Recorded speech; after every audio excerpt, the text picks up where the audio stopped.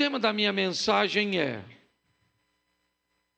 se você acha pouco, é porque você não sabe quem eu era. Você não tem noção do que eu fazia.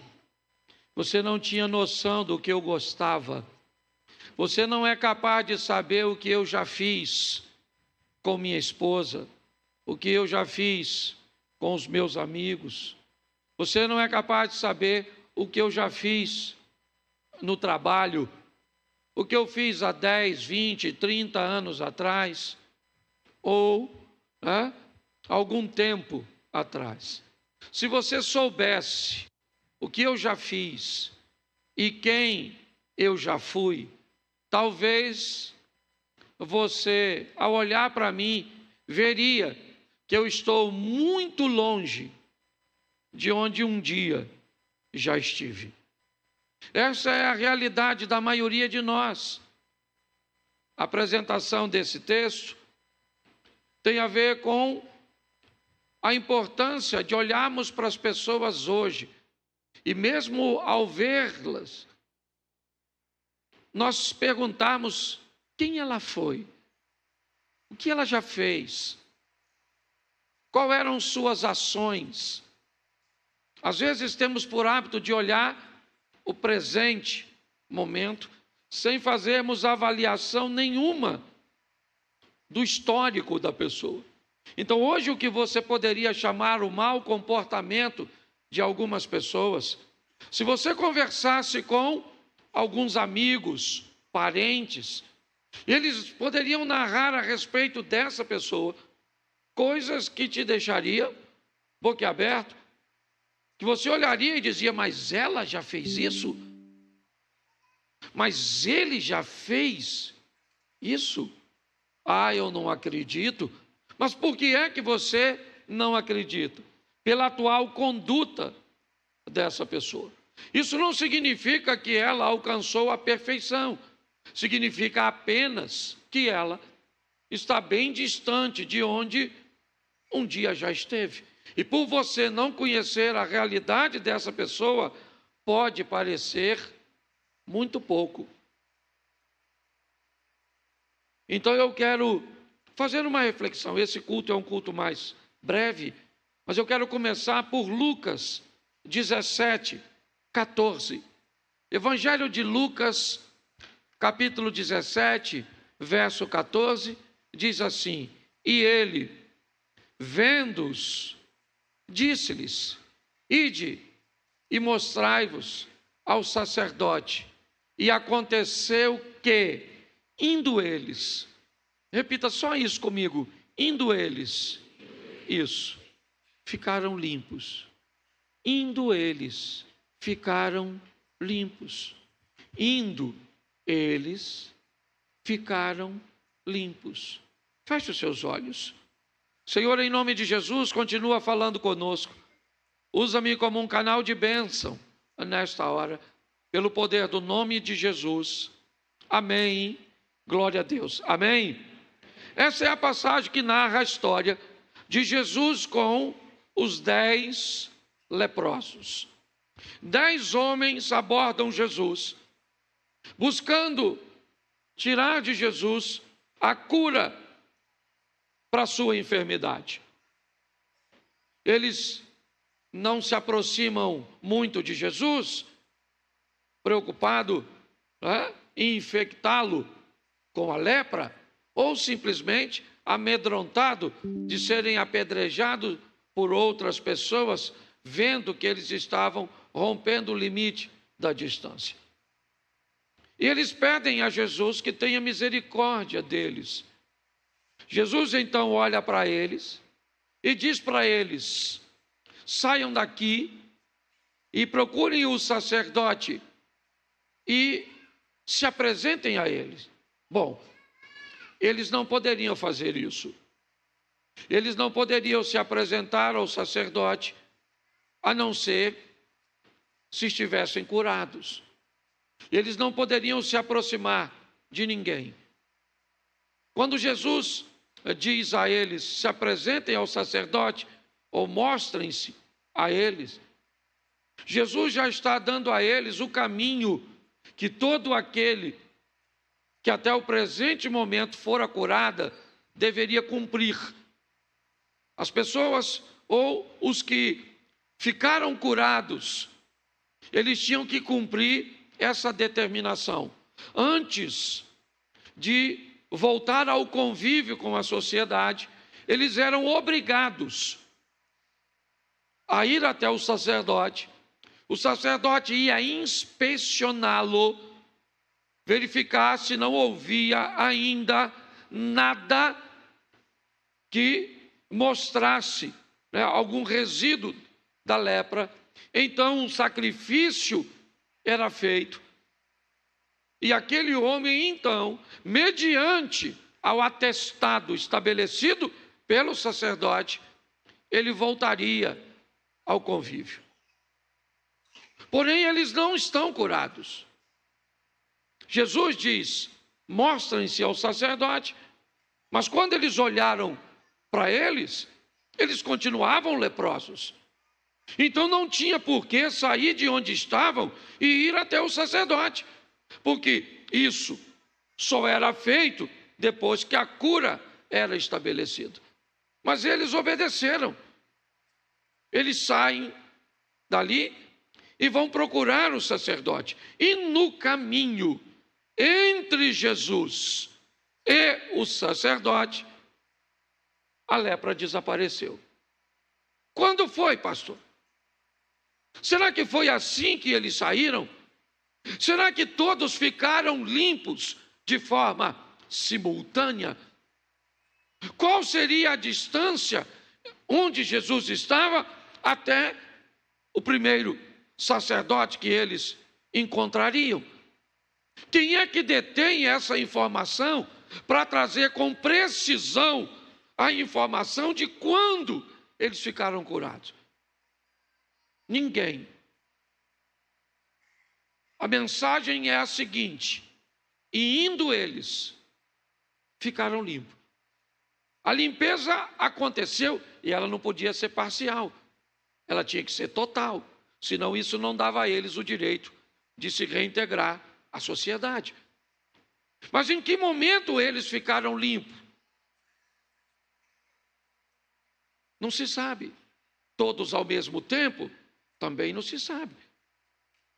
O que se sabe é que quando eles chegaram até o sacerdote, todos estavam limpos. Pronto. Mas se todos foram curados ao mesmo tempo, ninguém sabe. E ninguém sabe, talvez nem mesmo eles. Talvez até eles, se chegassem no sacerdote e o sacerdote perguntasse: bom, você está limpo há quanto tempo? Ele diria: eu não sei, eu só sei que quando eu saí de lá, a lepra estava em mim, e no caminho ela foi e desapareceu. Mas desapareceu no mesmo instante que a do outro? Eu não sei. Então a minha proposta hoje é mostrar a todos nós a importância de permanecermos no caminho, a continuarmos no caminho, mesmo que na nossa caminhada possamos olhar e vermos ainda a presença do pecado, a influência de coisas ruins, cujas quais nós temos que nos envergonhar, coisas que envergonhariam a nossa família, coisas que envergonhariam o Senhor. Mas a mensagem hoje tem a ver com permanecer no caminho, entendendo que se a progressão existir, ainda que o outro não entenda a velocidade, ainda que o outro te julgue achando que você deveria estar muito mais limpo, pelo tempo que você está caminhando na igreja. Então a minha palavra hoje tem a ver com uma transformação que acontece no caminho. Continue indo, continue fazendo. Se você está fraco, prossiga. Se está forte, prossiga. Se as pessoas estão te compreendendo, prossiga. Se as pessoas não estão te compreendendo, prossiga. Se estão te ovacionando, prossiga. Se estão te discriminando, prossiga. Continue indo, porque em algum momento dessa caminhada, a cura vai chegar, a limpeza vai chegar, a vitória que você procura, ela vai chegar. Então eu separei alguns textos para mostrar a transformação e como ela pode ser um pouco mais morosa, um pouco mais demorada, certo? E quanto nós temos que estar preparados para lidar com as pessoas que nos conhecem mais de perto, porque são essas pessoas que vão notar de verdade que a mudança está demorando ou não. Porque às vezes um marido exemplar para a igreja não é o marido exemplar para a esposa. Às vezes o filho exemplar para os amigos não é o filho exemplar para os pais. Porque somente aqueles que estão perto, convivendo no cotidiano, no dia a dia, sabem de fato quem nós somos. E talvez esse seja o grande desafio de nós convivermos. Então é importante observar que uma mudança segura é uma mudança que ela tende a começar a acontecer de dentro para fora. Nós vamos precisar mudar o exterior, sim, e eu já vou mostrar isso mais à frente a você. Mas eu quero mostrar 3 versículos que é importante que nós tenhamos o conhecimento dele e, mais do que o conhecimento, a aplicação desses textos na nossa vida, porque ele nos expõe uma mudança que ela acontece de dentro para fora. Porque mudar exteriormente talvez seja a parte mais fácil do processo. Trocar as roupas, mudar a rádio, certo? De sintonia. Talvez mudar alguns ambientes seja um pouco mais fácil do que mudar a parte interna.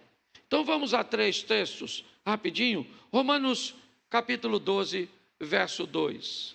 E não sede conformados com este mundo, mas sede transformados pela renovação do vosso entendimento, para que experimenteis qual seja a boa, agradável e perfeita vontade de Deus. Preste atenção, porque nós temos aqui uma mudança mental. Transformai-vos pela renovação da vossa mente. A mente, o pensamento, ele está mudando, ele está se transformando para que consigamos olhar as coisas de Deus e experimentá-las de forma boa, agradável e perfeita, o que é muito difícil para nós. Dependendo dos danos que essas coisas que nos acontecem têm um impacto sobre nós, é muito difícil chamar a vontade de Deus de boa, agradável e perfeita. A mente do indivíduo, para dizer isso, da perda de um ente querido, da perda de um emprego, de um envolvimento, certo, de alguém da sua casa com uma luta, com uma dificuldade, com uma adversidade. Olhar essas coisas, certo, e dizer que elas são boas, que elas são agradáveis e que elas são perfeitas, a mente dessa pessoa, ela tem que estar muito alinhada com Deus.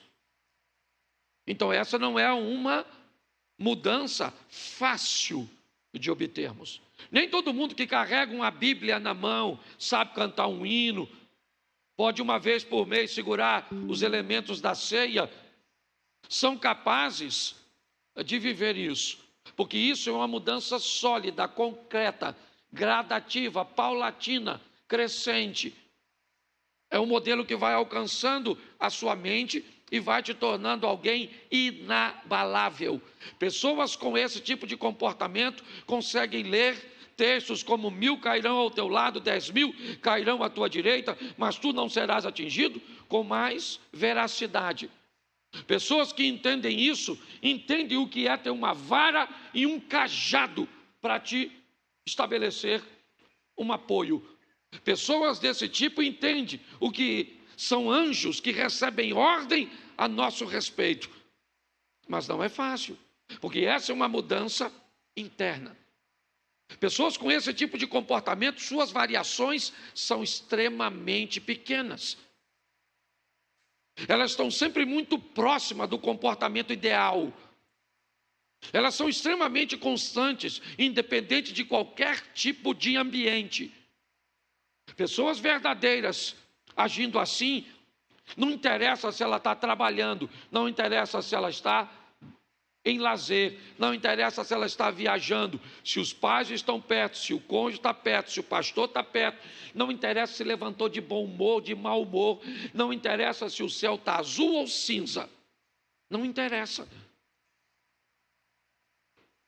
Pessoas desse tipo é seu interior, não a periferia. O que controla ela é o seu interior. Ela não é governada por aquilo que está ao seu redor, não. Ela é governada por aquilo que está dentro dela. E por isso, certo? Elas foram transformadas pela renovação, certo? A renovação de sua mente deu a ela a capacidade de viver assim. Segundo o texto, segunda carta aos Coríntios, capítulo 3, verso 18. Isso, vamos lá.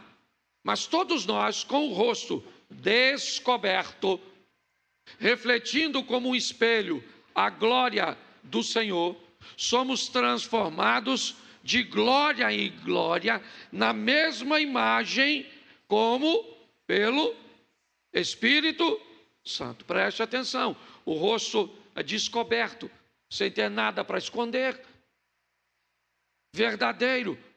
Todos nós com o rosto descoberto, certo? Nós vamos estar diante de um espelho, onde o que vamos refletir não é a nossa imagem, é a imagem do Senhor, mas para que isso aconteça, nós vamos precisar de uma transformação que aconteça de glória em glória. Uma exposição que nos mostra que isso de verdade não acontece de forma instantânea. Que isso é um avanço cujo qual nós vamos ganhando território, ou cedendo território, melhor dizendo, ao Espírito Santo, para que ele, certo, ao mudar aqui como pelo Espírito, a imagem que as pessoas vão ver, depois de vivermos de glória em glória, somos transformados e o espelho reflete a glória do Senhor. Ou seja, quem olhar para mim e para você, mesmo sendo imperfeitos, mesmo achando que nós temos muito que mudar, mesmo achando que ainda é muito pouco, é pouco para eles, mas ele não sabe o que você percorreu, ele não sabe o que você viveu, ele não sabe quem você era, ele não sabe. Tem muita gente que, se eu desse a oportunidade para pegar nesse microfone e disser aqui as coisas que já fez, final do culto não tinha mais ninguém. Ou então nós íamos dormir hoje de luz acesa. Isso ia virar um filme de terror. Tá certo? Mas é de glória em glória. É mudando a nossa mente, certo? Que vamos alcançar essa transformação. 2 Coríntios, capítulo 4, verso 16. Por isso, não desfalecemos, mas ainda que o nosso homem exterior se corrompa, o interior, contudo, se renova de dia em dia. Ainda que você dê um vacilo em alguma coisa, ainda que alguma coisa aconteça no percurso, e as pessoas que estão ao seu redor exijam de você algo que você não tem para dar, o texto está dizendo, o homem interior vai se renovando. Esse é um cara que não está desfalecendo. Mas, certo? O texto diz, ainda que quem olhe para você e veja em você um comportamento reprovado, você sabe onde você estava e onde você está hoje. Você sabe quem você era e quem você é hoje. E só é porque o Espírito Santo está em você. Posso ouvir um amém? Amém? Troca aqui porque foi embora, irmão. O inimigo. Ou fui eu que segurei na antena? Pode ser. Não sei se o inimigo está atrás do microfone ou atrás da mesa de som. Mano. Brincadeira, viu? Tá certo? Então é importante entendermos isso. Transformado pela renovação da nossa mente, transformados de glória em glória, e vamos ter que lidar com este homem, onde muitas vezes seu exterior, em alguns momentos espasmos, certo? Eles vão se manifestar, mas você sabe para onde está indo. Você sabe o que você está colocando dentro de você. A cada dia, esse homem, certo? Que hoje é tão poderoso sobre você, essa mulher que é tão poderosa sobre você, tentando trazer comportamentos, certo? Reprováveis, corrompidos, é só uma questão de tempo até ela perder força. Posso ouvir um amém? Por isso, é importante nós entendermos o ambiente de guerra.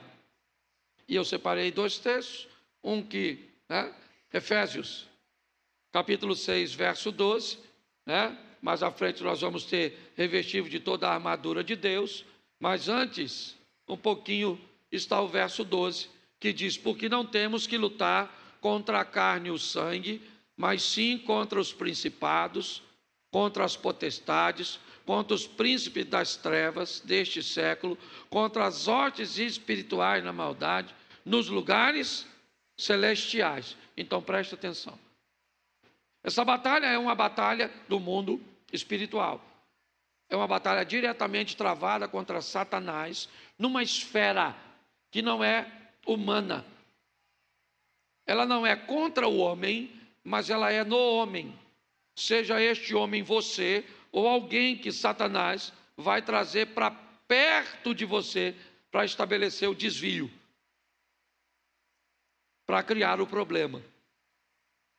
Então eu preciso entender que a minha luta, se eu quero me tornar alguém melhor, se eu quero erradicar o pecado, eu preciso entender que a batalha, ela é, certo, nas regiões celestiais, é com Satanás.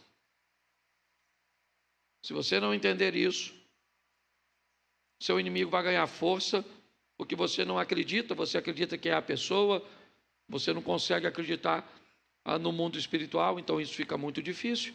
E o segundo texto é Tiago 1,14, e esse talvez seja o pior. Mas cada um é tentado quando atraído e engodado pela sua própria concupiscência. Esse é um texto que diz o que o diabo vai usar contra você.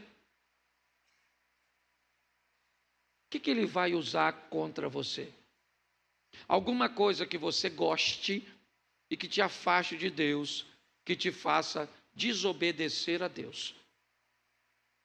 Então, todo homem é atraído e engodado, certo? Na verdade, aqui, é tentado quando atraído e engodado. O engodo é uma prática de pesca, o engodo é uma prática também de caça, certo? O que é um engodo? É uma isca, certo? Que esconde o que está por detrás dela, esconde uma intenção. Você vai pescar, o que acontece? Normalmente se prepara a isca no barco e dentre as iscas fica a cabeça do peixe, algumas partes que você não consegue prender no anzol. Então, quando o peixe aparece, quando há a presença do peixe, o que quem está pescando faz? Pega todo aquele resíduo e joga para fora do barco. O nome daquilo se chama engodo. Qual é a intenção? a intenção é fazer com que os peixes fiquem por perto. Porque dentro daquele resto de coisas que o pescador jogou dentro d'água, já, ou ele vai lançar a rede, ou ele vai lançar um anzol, escondido num pedaço. E é estranho, não é? Talvez por isso a Bíblia compare a caminhada cristã, ou o símbolo é um peixe. Porque preste atenção, o peixe tem tudo para sobreviver no rio e no mar. Tudo. Ele vai morrer de fome se não comer aquela isca? Não. Mas mesmo tendo tudo, ele não pode ver uma minhoquinha balançando, uma iscazinha fácil, tá certo? Então, o diabo vai se aproveitar disso. Aprenda isso. Nós não estamos mais em tempo, ok? E não é nem quem tem problema, não. Hoje, por exemplo, você está caminhando, está num ambiente, abriu a porta de um elevador, tem uma mulher só dentro, você é homem, espera o próximo. Vai por mim. Nós temos que ter todo o cuidado do mundo. Observarmos a nossa caminhada, tá certo? Com seriedade. Entendemos que o nosso adversário, como eu li no texto anterior, certo? Ele vai trabalhar para nos tirar do caminho, mas ele vai trabalhar onde? Onde a sua concupiscência, ou seja, o seu desejo. É isso. Seu problema é o quê? É droga. Seu problema é o quê? É jogo. Seu problema é o quê? É sexo. Qual é o seu problema? Qual é a sua área? Seu problema é econômico? Eu não sei qual é. Eu só sei que ele vai se aproveitar disso para fazer você pecar. Tá certo? Posso ouvir um amém? Então a nossa batalha é nesse campo. E aí eu separei só algumas coisas que eu acho que como pastor vale a pena nós olharmos. Gênesis, capítulo 33, verso 14. Coloca, por favor. Ora, passe o meu senhor adiante de seu servo, e eu irei como guia, pouco a pouco, conforme o passo do gado, que vai adiante de mim, e conforme o passo dos meninos, até que chegue ao meu senhor em Seir. Essa é uma conversa entre Jacó e Esaú. E nós cometemos alguns erros que precisamos parar de cometê-los. E o primeiro deles está nesse texto. Pedirmos mudança profunda de quem está iniciando o processo. Cobrarmos demais de pessoas que chegaram recente, que o discernimento dela abriu há pouco tempo.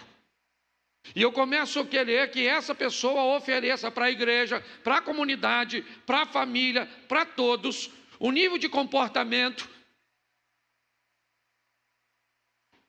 que a profundidade que ela tem com o Evangelho, com o Espírito Santo, não dá a ela condições de ter. A pessoa se converteu no culto de quinta, de quarta. Com que roupa ela vem no domingo no culto? O que ela faz com as roupas dela? Eu não sei o estilo que ela vestia. O que ele faz? Pare para pensar. Agora ela pega? Não, pastor, ela que se vira. Que não apareça no culto aqui com esse modelo de roupa, com esse decote desse jeito, com essa saia tão curta, com essas cores tão chamativas. Esse cara com essa calça que parece que embalou a vácuo. Esse dia veio um cara tirar uma foto comigo ali, ele veio de blazer, sem camisa. Tinha camisa embaixo, não, peito cabeludo. Ele fechou até aqui. Porque aquilo mostra a profundidade dele. Eu não sei quem ele é, mas eu sei que ele ainda está no raso. Então não exija das pessoas vocabulário. Tem gente que entra na igreja e ainda fala palavrão de vez em quando. Aí você fala, aí, se converteu nada essa praga, essa peste. Isso é mentira, vê que você está falando isso. Rapaz, a pessoa se converteu semana passada, rapaz. Talvez 99% do que a pessoa falava tinha um palavrão. Então, para onde ela vai? 70%. Certo? Isso quando não começa a trocar palavra. Caraca! Filho da mãe! O que é isso? São substituto. Isso o que é isso? Isso é um avanço. Fica triste não. Isso demonstra que o vocabulário da pessoa está mudando. A roupa tem gente que não tem. Esse dia eu vi um cara vinha de bermuda na igreja, de bermuda na igreja, de bermuda na igreja. Um dia ele me abordou e me disse, pastor, eu venho de bermuda porque eu não tenho e eu me converti, mas nunca gostei de usar calça. E a minha cabeça diz, como alguém não tem uma calça comprida? Então eu arrumei 2 calças, professor, não custou nada, tá certo? Então você não pode querer o comprometimento, você não pode querer o vocabulário, você não pode querer a vestimenta de alguém que está começando, está ali, ó. O texto, o que Jacó está dizendo para Esaú? Esaú, você está acompanhado de homens, com um exército, 400 homens. Sabe o que eu tenho comigo? Eu tenho mulheres, eu tenho crianças e eu tenho animais. Se eu usar a sua velocidade para ir em direção a Seir, esse pessoal que está comigo desfalece no caminho. Então faz o seguinte, eu posso andar na sua velocidade, mas quem está comigo não. Às vezes você certo? É importante que você reduza a sua velocidade para ajudar outro a chegar no propósito e não ficar cobrando. Posso ouvir um amém da igreja? Isso. Segunda coisa, bota Mateus 22, 37. São coisas que a gente acabou fazendo sem notar, achando que a mudança é instantânea. Vamos lá. Ó. Jesus disse o quê? Amarás de todo o seu, e de toda a sua, e de todo o seu. Bota o verso seguinte. Este é o primeiro e grande. O segundo, semelhante a este é. Bota o 40 para ficar legal. Desses 2 mandamentos dependem toda a lei e os... Preste atenção, é importantíssimo. Nós cometemos um erro gravíssimo. Antes de mostrarmos para as pessoas que chegam na igreja o que é o mais importante, nós mostramos as regras e as leis. A roupa que usa, a música que escuta, certo? Os lugares que podem frequentar. Nós damos para as pessoas todas as regras, mas esquecemos de dizer a ela o mais importante. O mais importante de tudo nessa caminhada é aprender a respeito do amor. O amor a Deus, o amor próprio e amor ao próximo. Então, como ninguém nos ensinou a amar essas pessoas, e entender que as regras são importantes, mas elas vêm depois do amor. Aqui, na maioria das vezes, nós fomos treinados a trazer as regras primeiro e o amor depois, se tiver amor. E se o cara não cumpriu a regra, se ele não cumpriu o protocolo, se não fez como a regra manda, o que nós vamos fazer? Nós não queremos nem saber o nível de profundidade dela. E eu fico imaginando se Jesus agisse assim. Então a primeira coisa que nós precisamos entender é que a igreja de Cristo é uma igreja, se tem Cristo, é para amar o próximo. É para fazer com que a vida do próximo seja melhor depois que você passou por ela.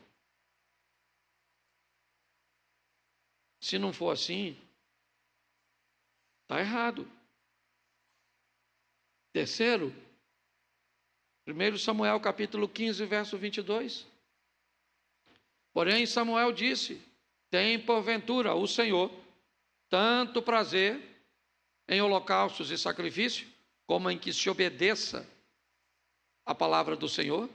Eis que o obedecer é melhor que o atender é melhor do que a gordura dos... Preste atenção. Nós cometemos um erro que já vem de muito tempo. O ambiente profético se sobressaiu ao ambiente do ensino da palavra, do aprendizado da palavra de Deus. E quando o profético vem à frente, as pessoas estão mais preocupadas em saber sobre o futuro do que em construir o seu próprio futuro. Hoje, qualquer ambiente que tenha um profeta, qualquer ambiente que fale do seu amanhã, ele é mais interessante para as pessoas do que um ambiente que ensine você a construir um amanhã. E pior, esse ambiente é um ambiente que pode fortalecer isso, dizendo que Deus está no controle de tudo. Ou seja, você pode pouca coisa. Isso está errado. Não funciona desse jeito. Esse texto diz e fala a respeito da obediência ao Senhor. Não negligencia e nem joga no lixo o profético. Não é nada disso. Nós somos uma igreja pentecostal e acreditamos em profecia. Sim ou não? Mas nós não andamos atrás dela. Eu sei que o meu amanhã é melhor do que meu hoje. Por quê? Porque eu sei o que eu estou fazendo hoje.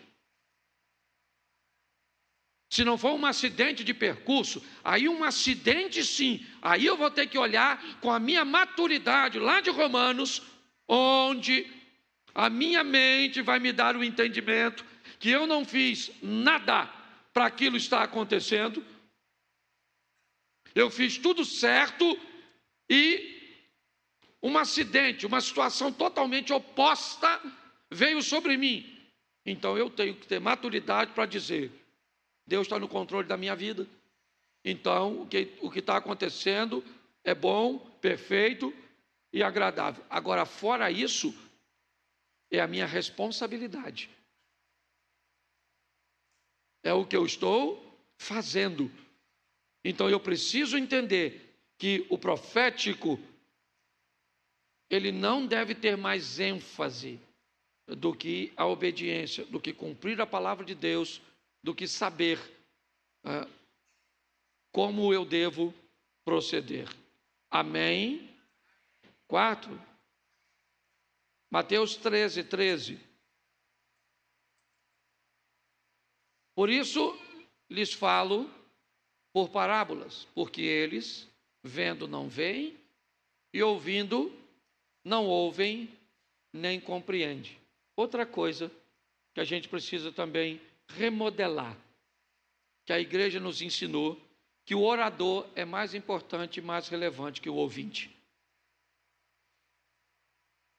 Criamos monstros por detrás de microfones, monstros cantando canções, monstros pregando palavras, pessoas que esqueceram que o ouvinte é mais importante. Olha, dá para voltar ao texto, irmão? Olha só, quando perguntaram a Jesus por que Jesus falava por parábolas, Jesus vai explicar, depois você lê o texto, mas a explicação é: a vocês recebem a palavra diferente, porque há em vocês a capacidade de entender, de discernir, de interpretar, mas o povo não. Eu converso com eles por parábolas, porque eles vendo, eles não conseguem enxergar, eles ouvindo, eles não ouvem, eles não compreendem. O que Jesus está dizendo? Este povo que vem me escutar ele é muito mais importante do que eu. Por isso que todo mundo quer o microfone. Por isso que há oportunidade. Por quê? Porque alguém criou isso. Isso está errado. O ouvinte, ele é muito mais importante do que o orador.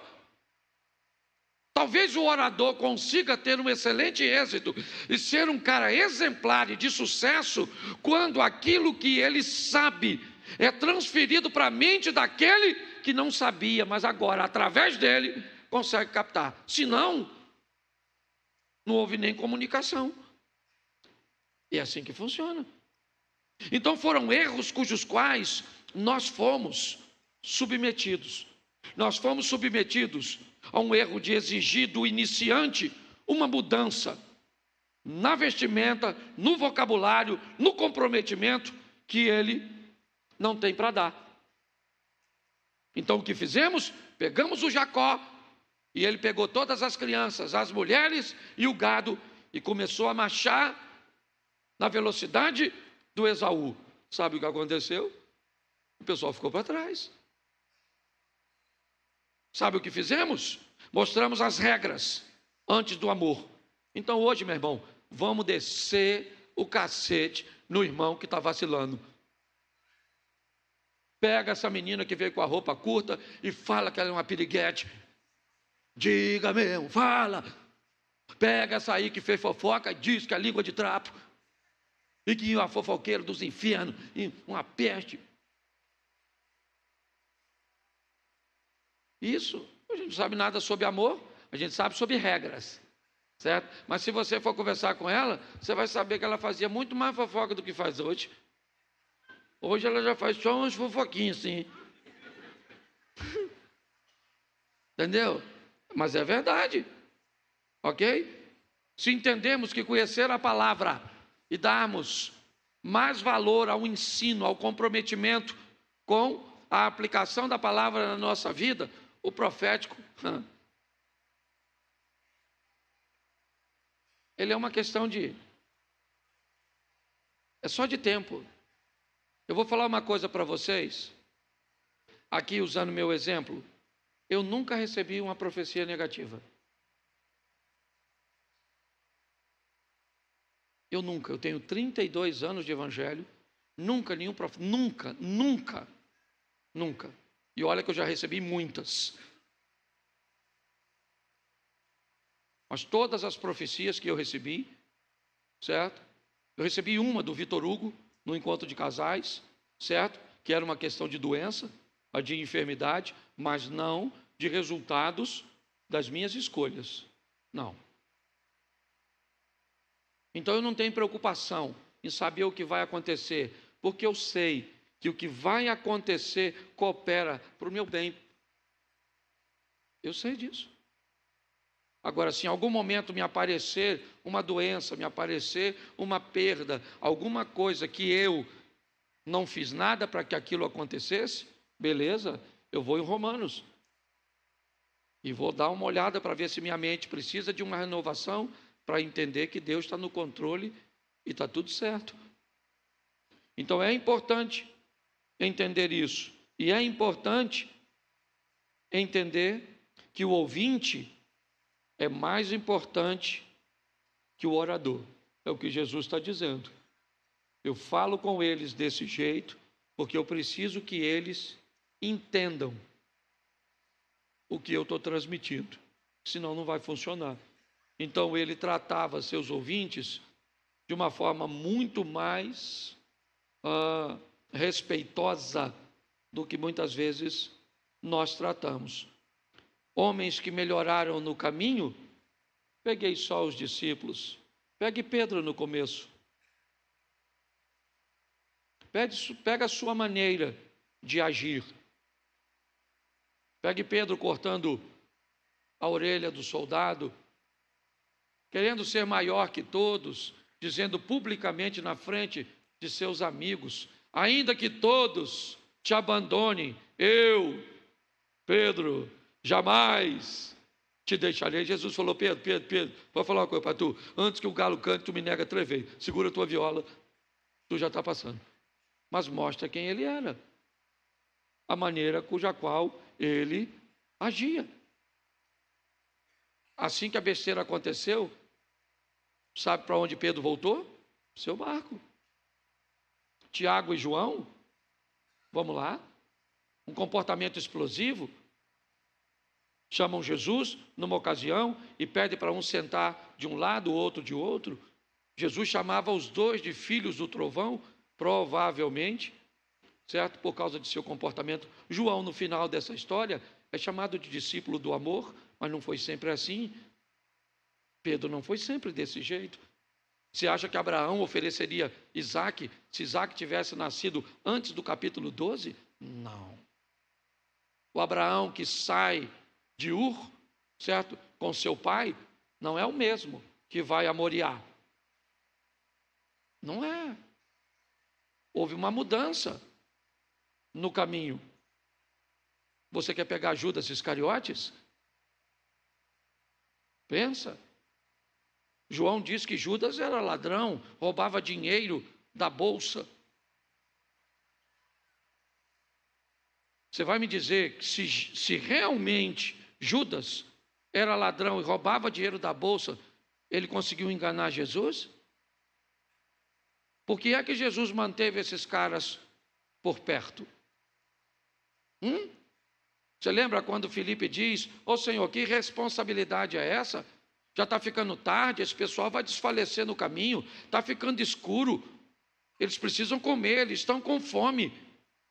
O que Filipe está dizendo? O Senhor está passando dos limites, pregando até tal hora, já está na hora de dizer um amém e mandar esse povo para casa.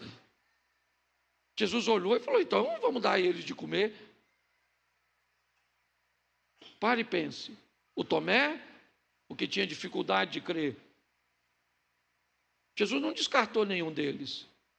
Não. Ele mesmo disse que o único que se perderia, na verdade, era um. Ele nem disse quem era. Era só um. E assim mesmo porque havia uma profecia narrando isso. E se você quer saber, para mim, o que Pedro fez com Jesus foi muito pior do que o que Judas fez.